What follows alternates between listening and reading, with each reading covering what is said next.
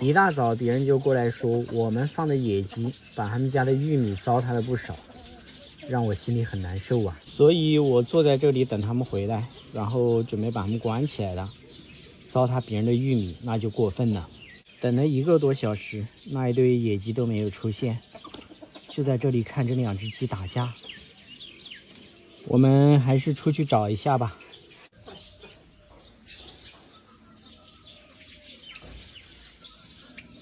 去田裡面找了一圈沒找到，這個家伙追我追的還挺積極的，估計是餓了。給他整一點萬能的小雞飼料。這個家伙特別愛吃我手上的食物，地上的他有的時候看都不看一眼。等到我中午吃完飯出來一看，他們倆出現了，母的在前面，不知道還能不能把他们給抓住我。已經有好長一段時間沒有管他們了。先把籠子給打開，之前給他們放的玉米沒有吃完的都已經發芽了。這幾天他们每天都會回來吃小雞飼料，給他們整一點。能不能抓到不知道，但是我相信我們的感情還在。你們說這一次把他們抓到之後該怎麼處理？還是關起來嗎？這個問題真的讓人很頭痛哦。本來都是放出去的，關鍵是糟蹋別人的莊稼，那我肯定是要管哦。現在慢慢的引導他們去籠子的位置，他們肯定不願意進去的。那一只公的有點狡猾喲，來到籠子旁邊就飛走了。那就先從這一只母的下手，先把飼料倒籠子裡面。過了2分鐘，這只母的就自己鑽進去了。行，先把它關起來。公的又從田裡面飛回來了。它有的時候會進家裡面偷小雞飼料，門口放點食物。如果它進去的話，直接抓住。本來以為今天會很麻煩，但是看目前的情況，應該還是很輕鬆的，是吧？一下就被我抓到了，這樣也好，不然的話被別人打死，那也是不奇怪的。之前就說再也不管他們了，這才過多久啊，又住進來了。我現在有點心疼我這玉米苗，我還準備留着以後吃玉米嘞，這一下估計要都被他們糟蹋了。行吧，也是沒辦法，先把他們關起来，最近是不可能放了。包括我養的科爾鴨，最近基本上都關起來了。他們倒是不吃別人的菜，但是有的時候不小心飛到別人菜地裡面，說不清呢。最近我的科爾鴨有3只母鴨子都在搞孵化，而且還有一定的受精率，蛋也送出去不少了。這一只越狱的關不住，它在專心搞孵化，所以說不擔心去別人地裡面。這一只也是孵化的特別認真，我感覺過段時間應該有好幾只科爾鴨要出殼，太多了怎麼辦呢？出殼戴着安全帽的瓶蓋鳥住在瓶蓋裡的第1天，出殼第2天帽子取下來了，還是住在瓶蓋裡。出殼第3天依舊住在瓶蓋裡，它已經開始在越獄了。出殼第4天，它已經對瓶蓋十分不滿了，但是它太小了，逃不出去。出殼第5天，它已經胖了好大一圈了。你們猜一下，它能不能逃出瓶蓋？沒錯，今天它已經可以從瓶蓋裡出去了。雖然說它羽毛都沒有長，但是它拼命的爬，還爬了好遠，這是對命運的不甘。出殼第6天，已經開始在慢慢的長羽管了。想擺脫瓶蓋，那必須要多吃一點吶。看看第6天它的變化，對於瓶蓋，它還是想擺脫，可能嗎？一不小心就翻車了，而且還起不來。今天就給你換一個大一點的瓶蓋，必須要多吃點雞胸肉，多吃一點才有力氣逃跑，是不是？再來一口。別看這雞胸肉比較大，對於它來說沒啥問題。好啦，吃飽之後好好休息，明天繼續看你逃離瓶蓋。手裡還剩下這麼一點點肉，帶出來給喜鵲吃。怎麼外面下雨了？估計是吃不飽，關鍵是家裡面也沒了，沒有吃飽都不理我了。哎，我給表弟打個電話，讓他去超市給我買一點肉回來。您好，您的電話因欠費暫時無法播出，請續繳話費。手機居然欠費了，現在的話費用的是真快呀！回家連個 WiFi 充一下。現在充話費去營業廳太遠了，不方便，而且貴。我現在都是在平台充值，就是抖音上的那一個抖音商城充值中心有活动，还能領取最高4元的話費券。順便教給你們怎麼充值，點商城進充值中心，或者直接點評論區就能充值。出殼第7天，它的塊頭越來越大了，身上的羽毛已經長出來了，清晰可見。瓶蓋對於它來說的確是有點小了。這一餐繼續吃雞胸肉，你們有沒有發現它的胃口越來越大了？之前這麼大一塊它是吞不了的，現在它可以輕鬆的吞下去，而且一塊根本就滿足不了它。肚子上面還是光秃秃的，不過它已經会翻身了。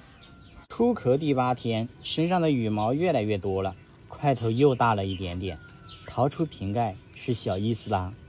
平時它可不是住這個瓶蓋喲，因為瓶蓋太小了，它根本住不了，就第1天小住了一下。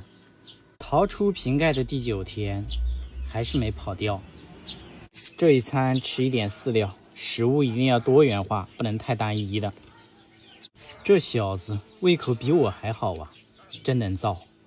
羽毛長出来之後，它的速度會越來越快，一天一個樣，变化太明顯了。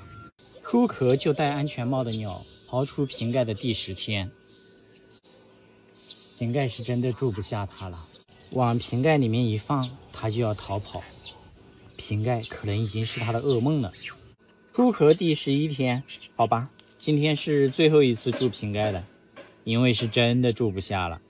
出殼第13天，以後再也不住瓶蓋了，它身上的羽毛基本上已經長齊了，其實已經可以飛行几米了，不過它現在還沒有適應，帶它出來熟悉一下環境。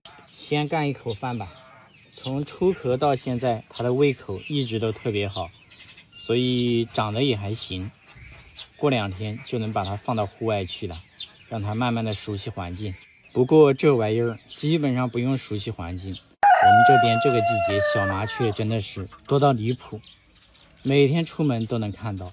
基本上現在他們都不怕人，除非你要拿手抓它，不然的話他们都不跑的。我们這裡只要是有管道，每家保底3窩麻雀。我們家至少7窩到8窩，因為我放的有葫蘆。再過一段時間，你就可以融入麻雀大集體嘍。以後長大不要禍害莊稼喲。不過這玩意兒是遇到蟲子吃蟲子，遇到莊稼吃莊稼，不挑食，所以數量極其恐怖。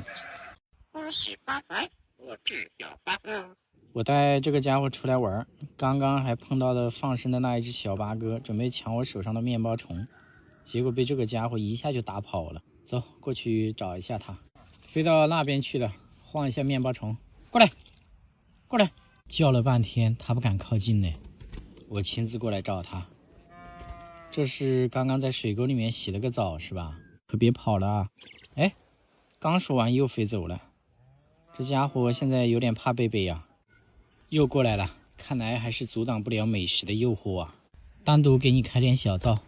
你這個家伙真的不想說你了，怎麼老喜歡欺負小朋友嘞？給他吃的時候他沒興趣，那只小八哥過來剛要吃，他就開始了，真不是好東西。終於到你了，趁這個機會趕緊多吃2口，等一會兒那個家伙回來了又要驅趕你了。頭上還有泥，肯定是在水溝裡面洗了個澡的，身上有點濕。剛下地不到1分鐘就挨揍了，不過我身手敏捷，沒打到。都這麼大歲數了，脾氣還是這麼暴躁，這個性格有點不好啊，不好。看一下那只小八哥可憐的樣子，就算站在遠處看着都要被欺負。你這是啥聲音呢？聽不懂。哎呀，打架打着，小八哥換了個位置直接過來了。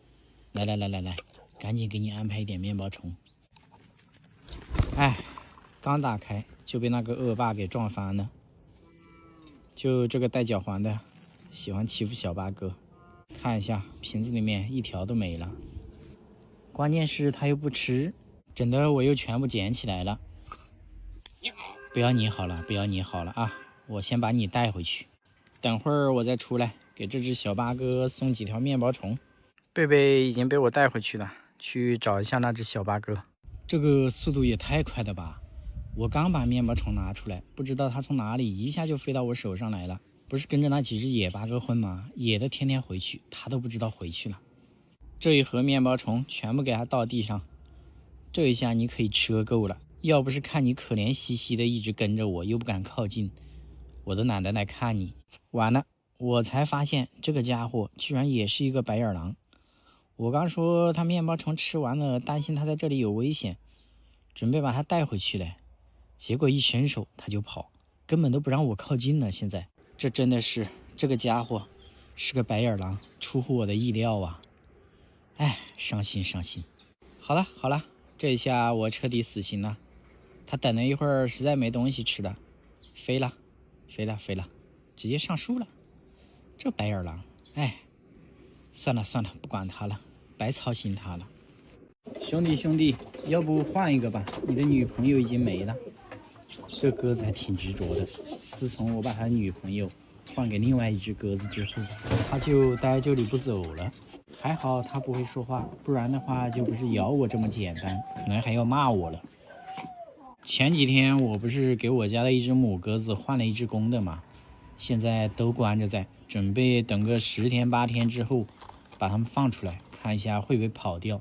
之前和它配對不會孵蛋的那一隻公鴿子，這不就沒對象了，所以我決定把它也關起來，不然的話會干擾我剛配對的鴿子。最大的問題就是母鴿子就這麼2個，所以說嘍，你就倒霉了，你自己拐回來的女朋友已經被我送給別人了。這也導致這個家伙現在脾氣異常的暴躁，不是咬我就是咬其他的鴿子。畢竟女朋友是他自己拐回來的，現在我送給了別的鴿子，他能不生氣嗎？是吧？哎呀，這個家伙過分了啊！不僅咬我，還拿翅膀打我，這小伙子。別的鴿子能幫我充個話費嗎？肯定可以呀！現在我們村好多人都喜歡找我幫忙充話費。還好我在抖音商城充值中心領了話費券，那邊充值快，秒到賬。現在點商城進充值中心或點評論區就有機會領1到4元話費券。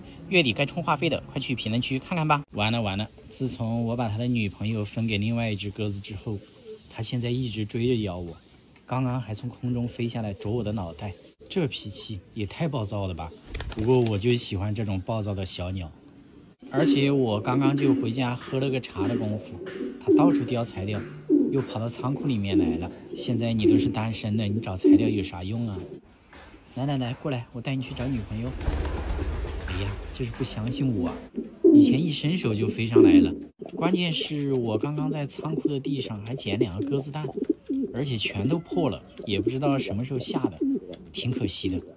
等一會兒煮了餵狗子吃。然後你也別咬我了啊！這幾天你就在外面出去轉轉，看能不能拐回來一隻，主要也是沒有籠子關了。等過幾天那一隻公的給朋友送過去之後，還是讓這個家伙和他自己拐回來那隻母鴿子待在一起，畢竟是他自己憑實力拐回來的，看能不能再去拐一個。不然的話，只要他看到我就不停地咬我，我倒是不怕咬，主要是動不動飛到我頭上啄我的頭髮，這誰招架得住啊，是吧？哎呀，這家伙脾氣太暴躁了。前段時間我不是說要給我家這一隻母鴿子換一隻公的嗎？因為它總是下蛋，下的特別多，但是沒有孵化出小鴿子。更重要的是，他們這個家族繁殖出來的後代顏色基因特別穩定，所以我想換一下其他的品種或者其他的顏色。結果這個事兒我說出來之後，有幾十個兄弟要給我送鴿子，我真的特別感謝你們。後來我就選擇了有一個兄弟家養的淑女鴿，是一隻公的，但是要給我送過來之前，他出差了，要1個月之後才能回來，所以到現在為止還是沒有鴿子。在這期間，這個家族的鴿子也沒閒着，又開始搞孵化了。10多天之前下2枚蛋，我今天来看一下啥情况。我估计是孵化不出来。你们这是狗变的吧？动不动就咬人，脾气异常的暴躁啊！还好我皮比较厚，我是不怕的。搞得还挺認真的，結果一直都孵化不出來，有啥用哦？而且每一次都選擇在老鼠堆裡面做窩，真是服了他們了。這個公鴿子的智商有點低呀。我把蛋拿走了，然後它還在那裡孵化，我放在它前面，它都不知道把蛋給拿進去。你們應該記得我以前把鴨蛋給拿走了，鴨子是什麼反應吧？放到旁邊，它馬上就用嘴巴給勾進去的。這鴿子都不知道把蛋給帶回去，難怪每一次孵化不出來。我現在終於能理解了，就這種孵蛋模式能孵化出小鴿子嗎？我準備看一下蛋有沒有受精，我預計和以前的情況一樣。我剛剛用手電筒照了一下，裡面啥情況都沒有，廢了。我剛剛把公鴿子給趕走了，然後它又回來了，結果它還是這個樣子。難怪孵化不出來了，理解。蛋已經被我拿出來了，反正也沒啥用了，帶給母鴿子看一下，然後就丟掉。哎，這哪一只是母鴿子啊？這個基因強大到長得都一模一樣，我都分不清了。這一只就是母鴿子，我測試出來的。它以前特別喜歡追我，跟個偵探一樣，我走到哪裡它跟到哪裡。現在對我有點距離感，等到那個兄弟回來了，我就給你換個鳥爸。現在的鳥爸太不靠譜了，難怪每一次孵化不出小鴿子。而且我也想換一下其他的顏色，每一只都長得一樣，吃的我都擔心影響智商。剛還挺怕我的，這一會兒又開始咬我了。最多10天8天的就給你換一個，到時候孵化出來的小鴿子就是其他的顏色和品種啦，我們一起期待。自從前幾天我發現我放生那只小八哥失蹤以後，每次在戶外看到八哥群，我都要過來看一下，但是一無所獲啊。這一群也過去看一下，不抱太大的希望啊，全部都飛走了。然後這個家伙不知道從哪裡飛過來的，可能剛剛也是和他們在一起。這是另外一只失蹤的那一只鳳冠，沒有這一只大。結果狗子又過來了，把這只小八哥也嚇跑了，飛到別人家菜地去了。剛那幾只野生的，我看到他們又去我們家門前偷吃柿子去了，把這個家伙也帶過去，必須跟上他們的隊伍。回來之後發現田裡面有2只，柿子樹旁邊還站了3只。他們這一個10只的小隊伍，現在加上我們家這一只，就剩6只了，還有4只失蹤了。我說他們怎麼都在旁邊看着嘞？原來有2只惡霸在這裡，這2個家伙在這裡，其他的任何小鳥都不敢靠近，因為他們找不到食物的時候，其他的小鳥都是他們的食物。別說這個顏值真好看，走，我過去摘幾個柿子給八哥吃。哎呀，這個柿子的數量是一天比一天少啊。這都還沒成熟嘞，都被他們給吃光了。我就隨便摘一個吧，隨便摘了一個不怎麼好看的，就放這裡給小八哥吃。你這跟着野八哥混，3天饿9頓呢。那幾只絲光天天靠偷麵包蟲、偷柿子，混得風生水起。這只八哥還差一點，不過也還好，他的野生兄弟還在這裡等着他嘞。因為怕人又怕南雀，所以說不敢過來吃。這家伙吃的可真香啊！我去看一下柿子樹上面什麼情況了。那2只惡霸飛走了，又來了好大一群鳥，都在這裡搶柿子嘞。我每天都會在這裡看一下這幫小鳥吃柿子，覺得挺有意思的。不過柿子數量越來越少，可能馬上就看不到了。就看了一會兒小鳥吃柿子，回頭一看，八哥已經跑了。看這個柿子被他吃了，他好像已經跑到田裡面去了。剛看到和幾只野八哥待在一起，另外一只八哥肯定是出意外了。希望這一只好好的，正在田裡面呢，不管它了。你們這4個家伙是準備啃老是吧？剛我說給土花梅搞點麵包蟲，結果這4個家伙一下就飛過來了，直接把那一只小土花梅給嚇飛了。我剛剛把1盒麵包蟲都倒給他們了，還好，吃飽之後集體上樹吃柿子去了。還有幾只野八哥，這上面我已經分不清了，他們現在天天和野八哥混在一起。趁着這個功夫，趕緊找一下那一只小土花梅。看黃豆地裡面好多土花梅呀，我猜我的那一只應該不在裡面。哎，絲光和八哥也飛到黃豆地裡面去了，正好，不要打擾我找土話梅。這幾個搅屎棍，我真的是越來越頭痛了。我已經發現它了，在這棵桂花樹裡面，找一下吧。在這裡發現它了，這家伙別人撿到給我送過來，到現在養了差不多2個月了，還不會自己找東西嘞。所以說今天一大早就把它放出来了，鍛鍊它一下。餓了就趕緊過來呀，食物都給你準備好了。我猜它又餓了一早上，因為這個季節本來食物就不好找了，而且它學習的速度特別慢，現在每次還等着我餵它呢。不過問題不大，隨着時間的推移，它慢慢的總會自己捕獵，只不過在這期間一定要小心流浪貓之類的。1號天敵呀！我把它從樹上給拐下来的，還等着我給它餵吃的呢，到現在還沒開始換羽毛，所以說在這個期間一定要給它增加營養，免得到時候營養不夠直接暴斃的。一段時間沒有給它挠癢癢了，我這手法還是這麼熟練，它還是这麼喜歡，很享受。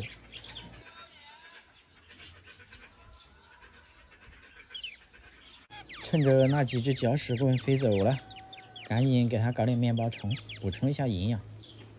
哎呀，我也挺喜歡給它挠癢癢的，特別配合我。好了，我去給你搞吃的呢。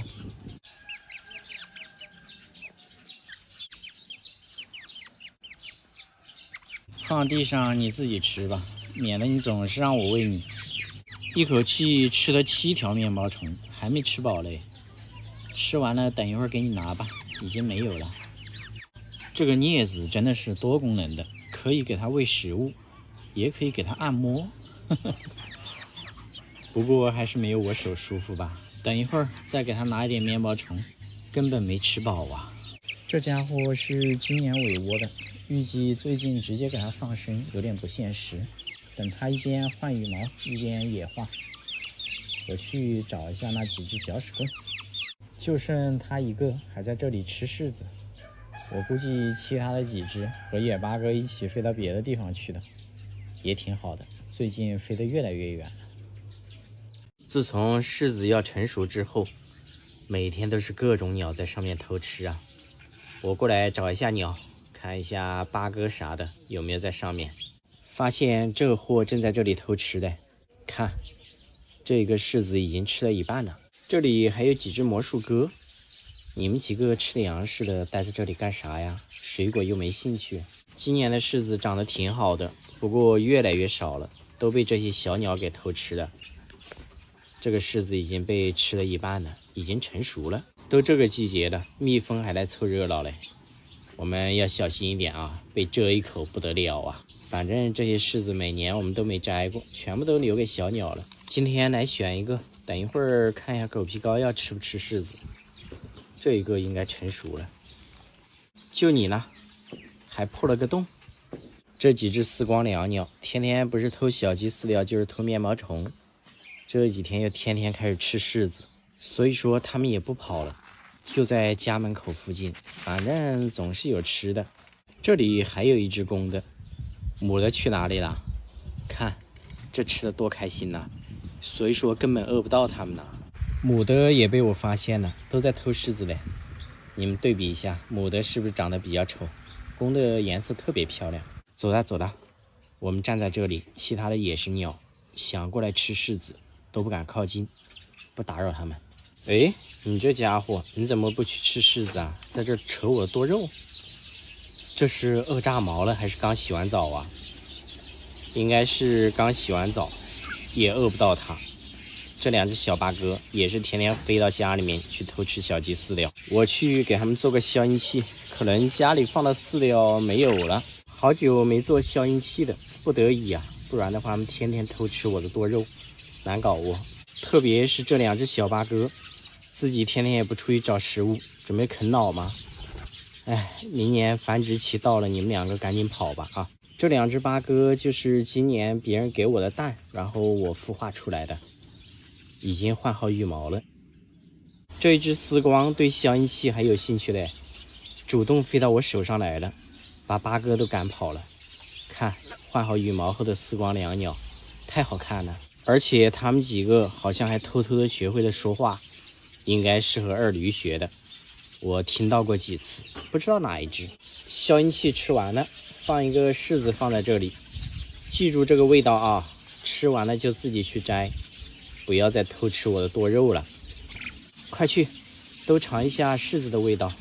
食物太多了，總是偷吃我的多肉幹啥嘞？這個絲光換好羽毛之後，真的太好看了。希望明年它們能在我們家附近繁殖。預計不出意外的話，不會跑。回家休息一會兒，太吵了，一群麻雀都在偷狗子的飯吃，嘰嘰喳喳的，太多了。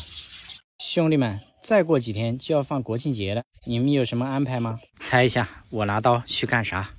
這不，國慶放假哪裡人都多，所以說嘞，我準備去山上砍一根竹子，做一根魚竿，沒事兒在河裡面釣釣魚，多省心吶！路過河邊的時候，先過來看一下資源怎麼樣。好久沒來這裡釣魚了。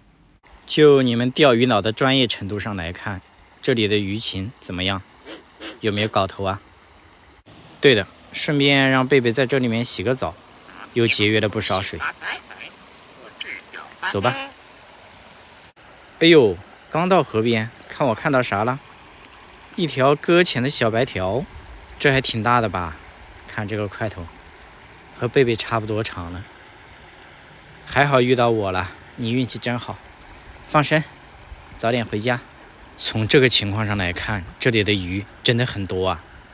看來在這裡釣魚是沒有錯，可惜今天魚竿都沒有。這個家伙膽子有點小，也不洗澡。算了算了，我們還是去找魚竿。在山邊撿了一根，剛加工了一下，其實還可以，就是太重了，不要了。山上好多小動物啊，剛剛兩隻小松鼠在這裡吃板栗，可惜它們的速度太快了，沒拍到，尾巴特別大。這些板栗都沒人要，都是野生的，所以說基本上都是被野生動物給吃了。這玩意兒居然沒被野生動物給搬走，山上也挺多的，可能是還沒成熟吧。我們就在這個位置找一根趁手的兵器，砍了2根，加工出來看一下什麼情況。感覺一般般吶。這一根挺長的，但是有點重，不合適不合適。這一根稍微好一點，哎，但是不喜歡呢。